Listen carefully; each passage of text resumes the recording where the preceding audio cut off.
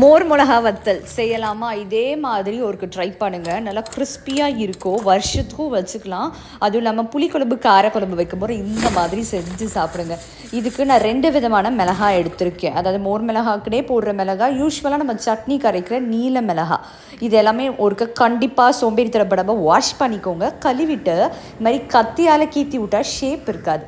இந்த மாதிரி சிலுக்கோலி, இந்த மாதிரி ஷார்ப்பான ஒரு ஆப்ஜெக்டை வச்சு ஓட்டை போட்டு எடுத்துக்கோங்க. மிளகா அதே ஷேப்பில் இருக்கும்.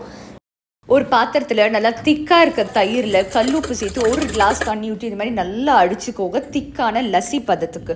இப்போது நம்ம நல்லா கழுவி தொடச்சி காய வச்சுருக்க மிளகாயை சேர்த்து நல்லா கலந்து விட்டுக்கோங்க. மோர் எல்லா மிளகாயிலையும் படணும். ஒரு நாள் நைட்டு அப்படியே விட்டுருங்க. குறைஞ்சது 8 மணி நேரம் நல்லா ஊறிட்ட பிறகு மறுநாள் இந்த மாதிரி நல்லா வெயிலில் பரப்பி காய வைங்க. அதே நாள் நைட்டு வெயிலில் காஞ்சதை மறுபடியும் அந்த மோர்லேயே போடணும். குறைஞ்சது 3 நாள் ஆகும் இந்த மோர் நல்லா வற்றி வரத்துக்கு. இப்போ நல்லா வெயிலில் ஒரு 3 நாள் மறுபடியும் காய வச்சிங்கன்னா நல்லா சலன்னு இது போல் காஞ்சிடும். நீங்கள் வருஷத்துக்கும் ஸ்டோர் பண்ணி வச்சுக்கலாம். முக்கியமாக நல்லெண்ணெயில் மோர் மிளகாவை வறுத்து எடுக்கணும். இது யூஸ்வலாக நீங்கள் புளிக்குழம்பு காரக்குழம்புலாம் வைக்கிறீங்கன்னா வச்சு முடிச்சுருங்க. கொஞ்சமாக நல்லெண்ணெயில் ஒரு 4லேருந்து 5 பீஸ் போல் இந்த மாதிரி வறுத்து மேலே தாளித்து கொட்டி சூடாக சாதத்தில் போட்டு பிசைஞ்சு சாப்பிட்டு தான் பாருங்களேன். அந்த ஃப்ளேவரே கம்ப்ளீட்டாக சேஞ்ச் ஆகிருக்கும். நல்ல ருசியாக இருக்கும். ட்ரை பண்ணுங்கள்.